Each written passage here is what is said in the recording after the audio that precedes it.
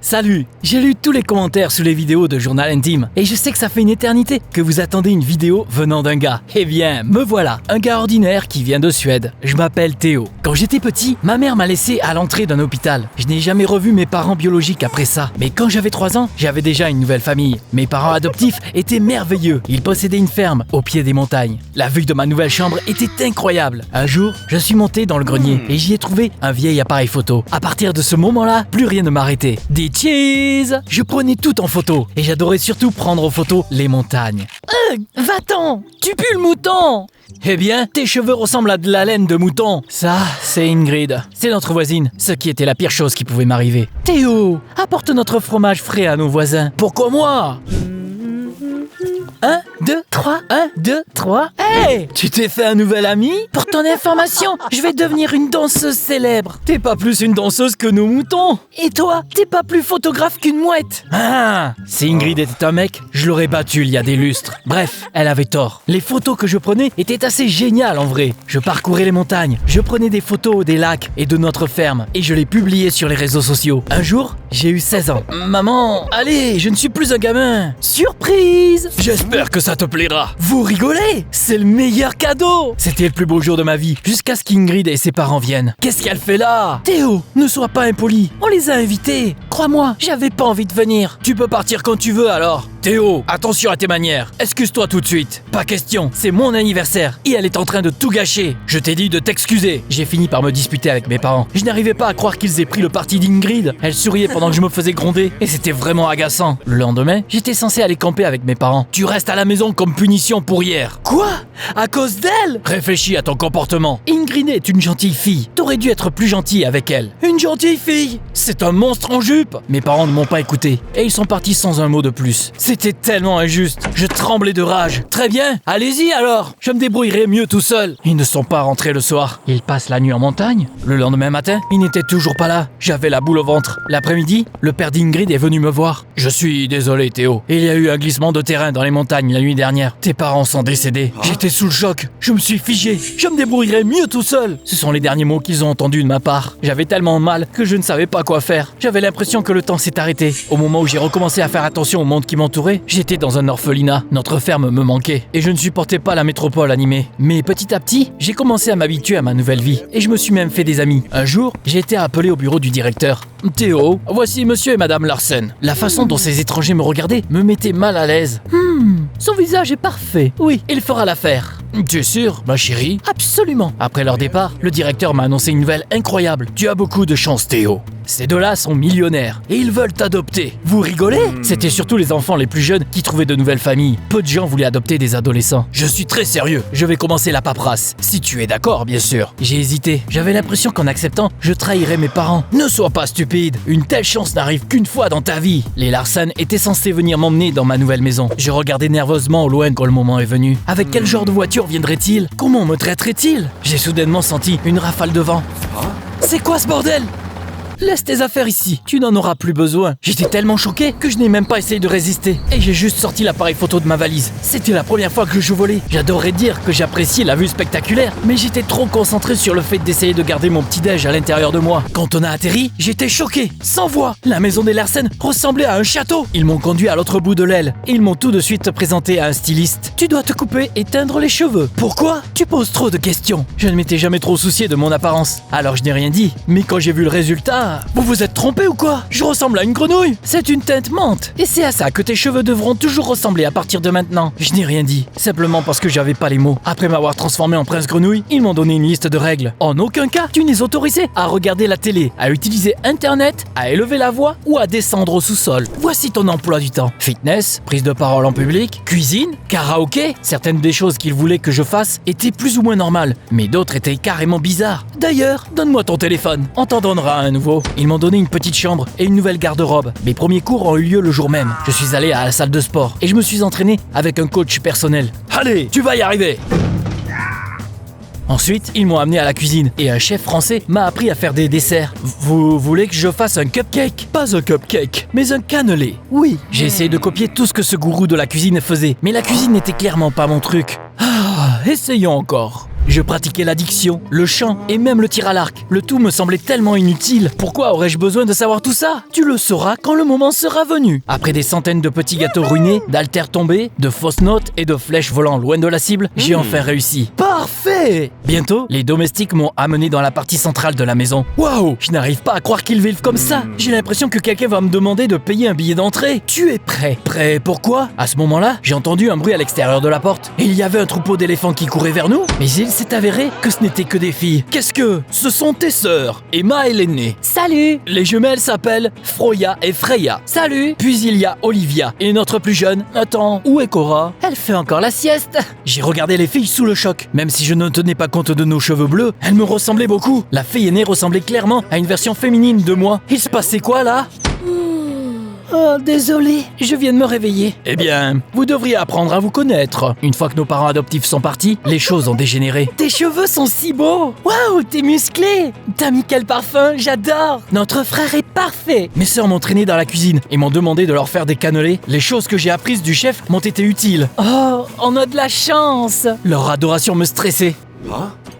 Attention, petit frère, délicieux. Mon frère, tu cuisines super bien. Quand je suis allé à la salle de sport pour m'entraîner, mes sœurs m'ont suivi. Pendant que je soulevais l'haltère, je les ai senties me regarder. Pourquoi ces tarés me suivaient partout? Enfin, c'était des filles ordinaires. Mais quelque chose n'allait pas chez elles. D'accord, j'en ai assez. Il se passe quoi ici? Pardon, on aurait dit que tu étais malheureux pendant une seconde. C'est ça, je comprends pas. Qu'est-ce qui vous prend? On dirait que t'as pas encore appris les règles, frérot. Tu ne peux pas lever la voix. Tu devrais suivre les règles, sinon tu finiras comme Berthe.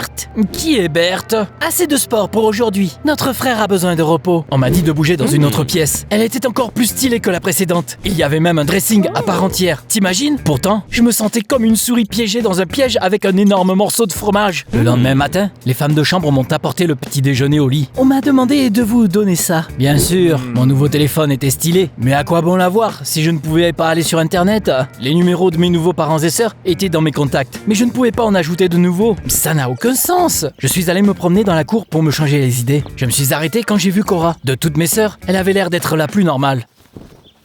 Oh, tu m'as fait peur. Pour être honnête, je ne me sens pas à l'aise non plus quand je suis à la maison. Je me sens désolé pour toi. Pardon? Pourquoi? Je ne peux pas en parler. Dis-moi au moins pourquoi j'ai été adopté. Nos parents ont toujours voulu un fils. Mais ils n'avaient que des filles. Et ils ont renoncé à essayer d'avoir un nouveau bébé. Mais Emma et les autres filles ont toujours voulu un frère. Un frère parfait. Tu comprends? Pas vraiment. Notre famille est super riche. On peut se permettre tout ce qu'on veut. Quand mes sœurs ont demandé un frère, nos parents leur ont donné ce frère. Comment ça donner? Je suis une personne. Ça n'a pas d'importance. Nos parents sont allés dans une tonne d'orphelinat avant de trouver quelqu'un qui nous ressemble. J'étais tellement choqué que j'ai juste regardé Cora sans savoir quoi dire. J'étais juste un jouet pour des filles riches. Écoute, est-ce que tu...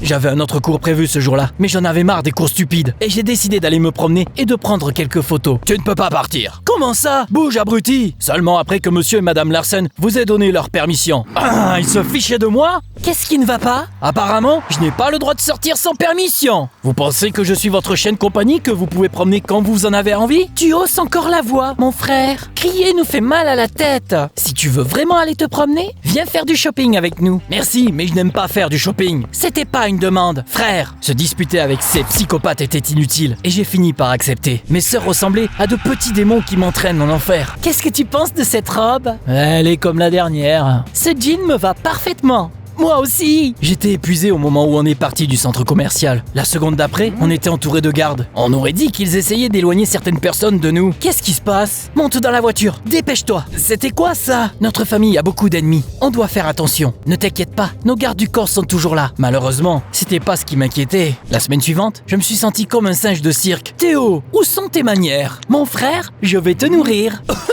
Aide-moi! Accroche-toi! Quel petit frère parfait! Je savais que tu m'aiderais. Tu faisais semblant? Un jour, mes sœurs m'ont emmené à une soirée dans l'endroit le plus cher de la ville. Je ne me sentais pas à ma place. Elles voulaient que je chante du karaoké, mais je trouvais ça trop gênant. Qu'est-ce que je fais là? Si tu ne veux pas chanter, allons danser. Merci, je ne veux pas. J'ai dit, allons danser. À ce moment-là, tout ce que je voulais, c'était de sortir de là. Mais ensuite, quelqu'un sur la scène s'est mis à danser. Je n'ai pas prêté beaucoup d'attention à la danseuse au début, jusqu'à ce que je reconnaisse Ingrid. Impossible! Elle était vraiment devenue danseuse? En regardant Ingrid, je ne comprenais pas comment j'ai pu me dire qu'elle était moche. Elle ne ressemblait pas du tout à un mouton. Nos regards se sont croisés. Après la fin de sa danse, Ingrid s'est approchée de moi. Théo, qu'est-ce que tu fais là? Je suis ici avec ma nouvelle famille. Nouvelle famille? Tu ne sais pas que... Te voilà. Allez, viens. Laisse-moi tranquille. Ne discute pas avec moi, frérot. En rentrant à la maison, j'ai réfléchi à mes parents et à la façon dont les choses s'étaient passées avant leur mort. Je donnerais tout pour pouvoir remonter le temps. J'aurais même arrêté de troller Ingrid. Quand la voiture s'est arrêtée, j'ai voulu sortir, mais les gardes ne me laissaient pas faire. Qu'est-ce qui se passe? J'ai jeté un coup d'œil par la fenêtre, mais je n'ai vu que des gardes me bloquer la vue. Les ennemis des Larsen sont ici? Les choses devenaient de plus en plus bizarres et j'ai décidé qu'il était temps d'agir. Cette nuit-là, j'ai quitté ma chambre et je me suis dirigé vers le sous-sol où je n'étais pas censé aller. Là, parmi les ordures, j'ai trouvé une boîte en carton pleine d'affaires de garçons. C'est quoi tout ça? Notre parfait frère Bert. Je me suis souvenu que mes sœurs ont parlé de lui. Elles ont déjà eu un frère? Il lui est arrivé quoi? J'ai sursauté quand j'ai entendu quelqu'un descendre les escaliers et je n'avais pas le temps de me cacher. Alors, t'as trouvé les affaires de Bert? C'est quoi tout ça? Tu hausses encore la voix. Quand les frères désobéissent, ils doivent être punis. Laissez-moi sortir! Quelqu'un! Elles m'ont enfermé dans ma chambre. J'étais hors de moi. Les seules personnes qui venaient me voir étaient les domestiques. Votre petit déjeuner. Dis à monsieur et madame Larsen que je veux leur parler. De quoi veux-tu parler? Relâchez-moi, je ne veux plus rester ici. Tu devrais nous être reconnaissants pour cette chance. Les filles se sont attachées à toi. Tu es notre fils maintenant et tu feras tout ce qu'on te dira de faire. Je préférais retourner à l'orphelinat plutôt que de rester avec cette famille folle. J'ai même essayé de m'échapper par la fenêtre, mais c'était trop haut. Une nuit, la porte de ma chambre s'est ouverte lentement. Qui est là? Chut! Je vais t'aider à t'échapper. Viens! Cora était l'une des Larsen et je n'étais pas sûr de pouvoir lui faire confiance. Mais j'ai quand même décidé de prendre le risque. Je vais distraire les gardes et tu sors. Hey, réveille-toi! Hein? Reste ici et attends mon signal. Il semblait que la chance m'ait finalement souri cette nuit-là. Cora m'a rattrapé dehors. Par ici. Quand on est monté dans la voiture, j'ai vu Ingrid au volant. Toi? Cora est venue me voir à la soirée et elle m'a tout dit. On s'est associés pour t'aider. Ingrid nous a amenés dans un appartement. Je n'arrivais pas à croire qu'elle m'aidait. Merci pour ton aide. Je ne sais qu'on ne s'est jamais bien entendu, mais... Ça n'a plus d'importance. Théo, il y a quelque chose que tu devrais savoir. Tes parents ne sont pas morts. Quoi? C'est vrai. Ils se sont cachés dans une grotte pendant le glissement de terrain. La sortie a été bloquée. Ils avaient assez de nourriture pour un mois. Et il y avait aussi une source d'eau dans la grotte. Ils ont été retrouvés récemment et ils ont été amenés à l'hôpital. Ils ont découvert qu'une nouvelle famille t'avait adopté et ils ont essayé de te récupérer. C'est eux que les gardes ont chassé? Oui, c'est pour ça que tu n'avais pas le droit d'utiliser Internet ou de regarder la télé. Tu aurais pu voir tes parents aux infos. Il faut que je retourne dans ma famille. Mes parents ont payé beaucoup d'argent pour t'adopter. La loi est de leur côté maintenant. On doit agir intelligemment. Cora, tu peux me parler de Bert? Je ne suis pas votre premier frère. C'est ça. Mes parents ont adopté Bert avant toi. Mais mes sœurs sont allées trop loin. Et le pauvre type a fait une dépression nerveuse. Il est dans une clinique depuis. Même si c'était horrible, ça m'a donné une idée. Le lendemain, Ingrid et Cora m'ont aidé à me rendre à la clinique où se trouvait Bert. Il m'a raconté son histoire et je l'ai filmé. Ensuite, j'ai fait une vidéo sur moi et j'ai même convaincu Cora d'y participer. Ma famille a toujours été anormale.